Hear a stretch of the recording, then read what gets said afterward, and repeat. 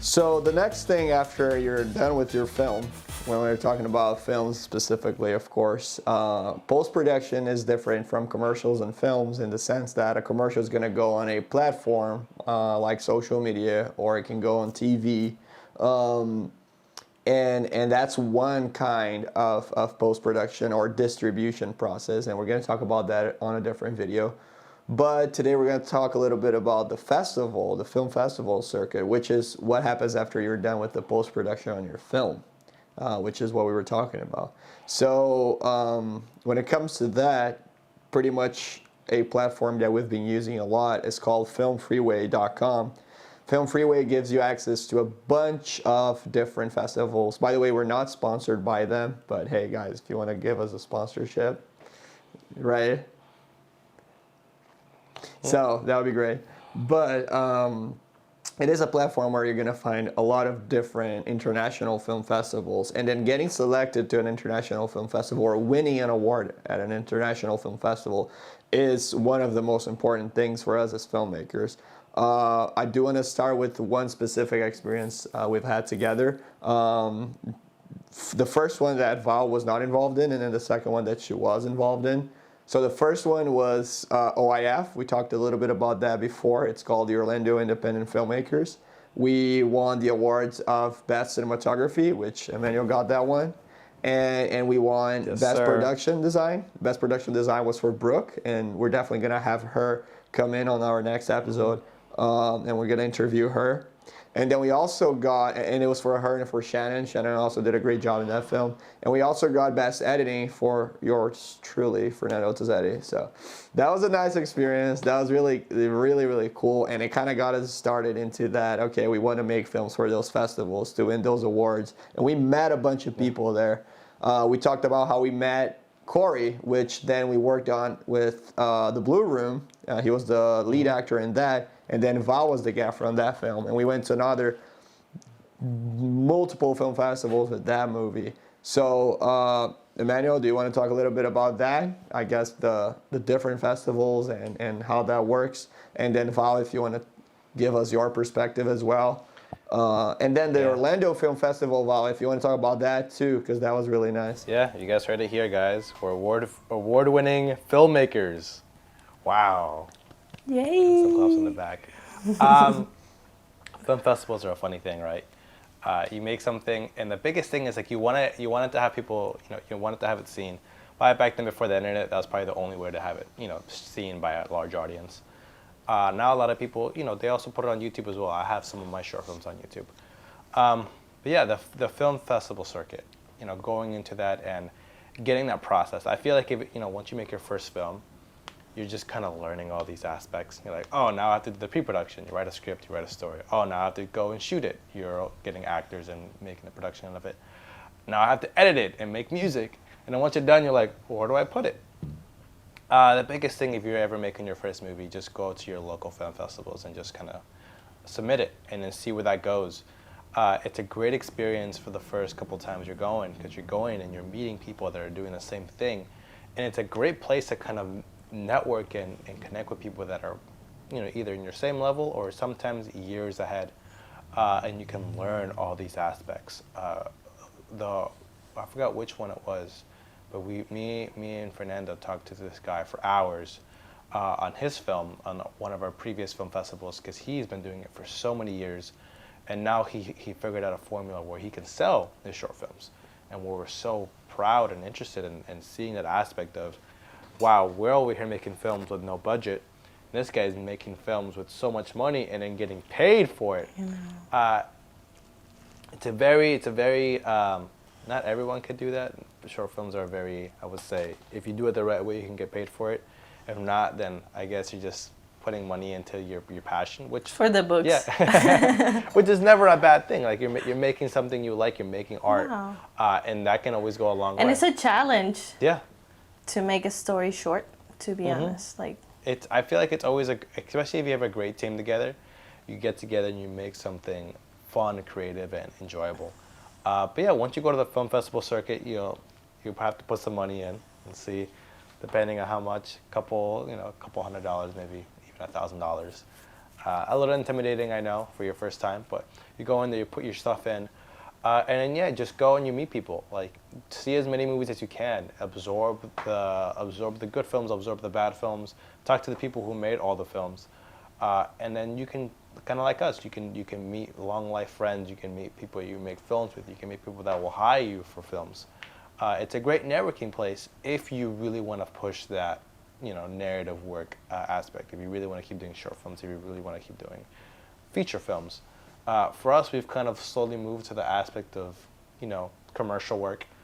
We don't really put our commercials, on festival circuits. They're not really that much of a narrative that tells like an end-up story.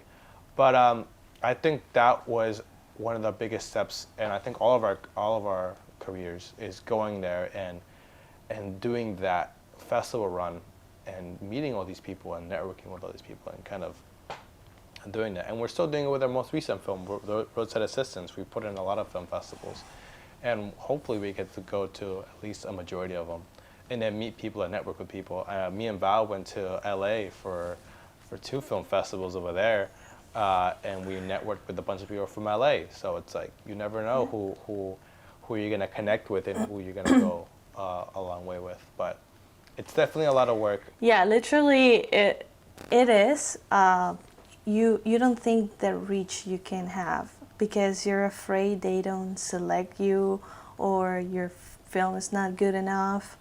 But first of all, you need to feel very proud of what you submitted. If you feel like a little bit not too, like, it's gonna be hard for you to pull up that energy when you have Q&As and you talk about how proud of the process you are, So that is like one of the first things I will think of if you're trying to get your first film out there. It's like you have to believe in yourself.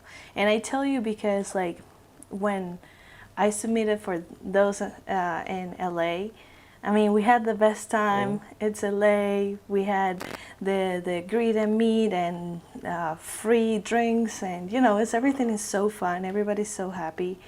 But that was the first one I submitted for ink therapy, and I was like, I actually had no expectations of even getting selected because I'm like, I was in LA at the moment, and I always like to just do these things. It's like I was just chilling in the house, and then I'm like, let me apply to this, and then if it doesn't happen, I don't care.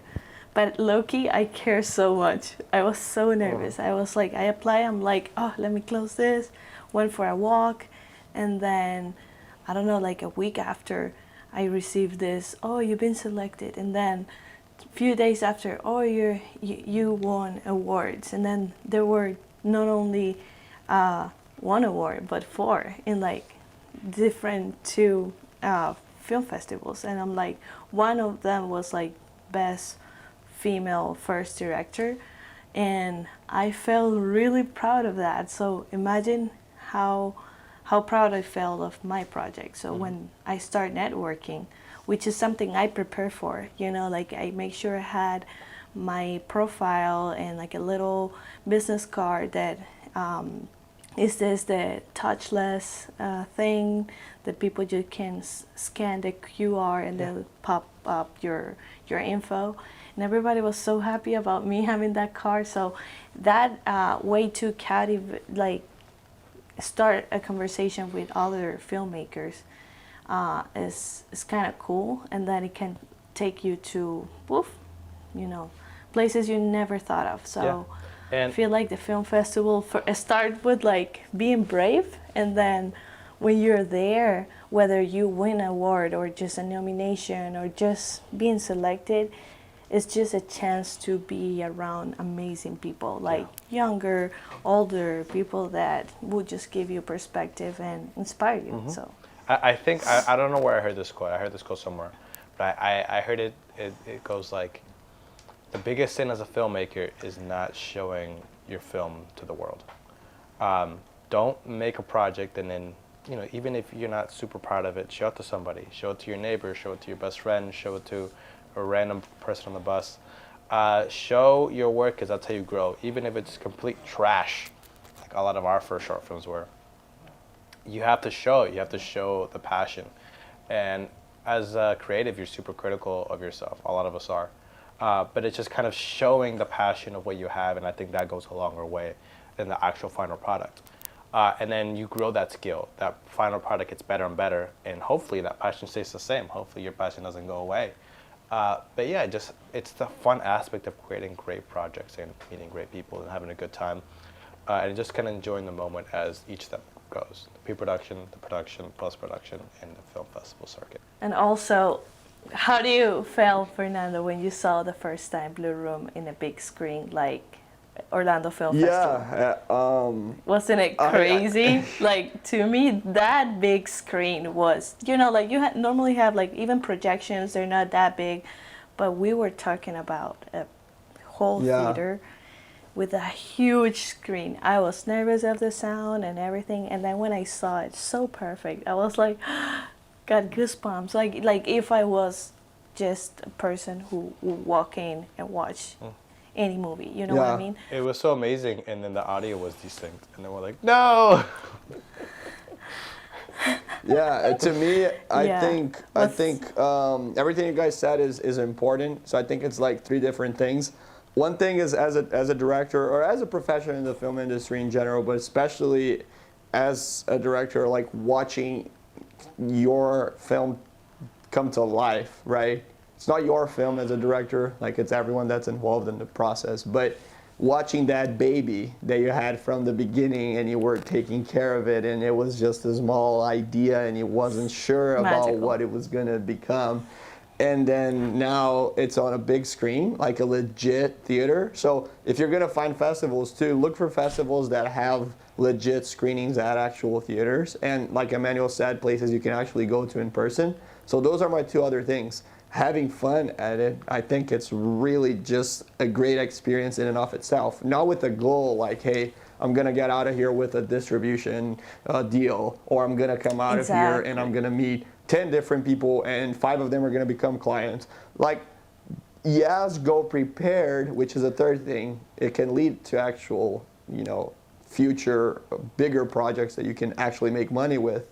But here's the thing, don't get caught up in that. So like Val said, go in ready, have your business card, have your information, have your social media, your portfolio ready online, and be proud to present your film and talk about it. So yes, have all of that, but also have fun in the process. So like Emmanuel said, find festivals that you can actually attend, or that at least someone from your crew can go and represent. So for me, I'm in Brazil right now. Some festivals I'm finding are here, some festivals are in the US. I'm gonna at least find something that somebody from the crew can go to, attend, and have a good time there and elaborate and meet new people. I think that's a big part of it. So it's having fun with it. It's a fun thing to do. And I think it's too fun. Yeah, it is. It's one of the best things, honestly, for me in the last couple of years. It has been really the greatest time. Everyone that's there loves film. You can bring your friends. You can bring people from work, whatever it is, your family. And I think that the whole goal when you're making a film is to show it there in a big screen. And like Val was saying, the sound, the footage, everything is a whole different experience if you're showing it on a legit screen. And that's even why Christopher Nolan wanted to shoot Oppenheimer for IMAX specifically. He didn't want to do it for any other types of screenings, and he doesn't want to do it for VOD, like, Netflix or HBO Max. He wanted to do it for the theaters, for IMAX, because it's a different experience. The sound, the footage, the visuals, everything. No, definitely it's an experience that shaped you.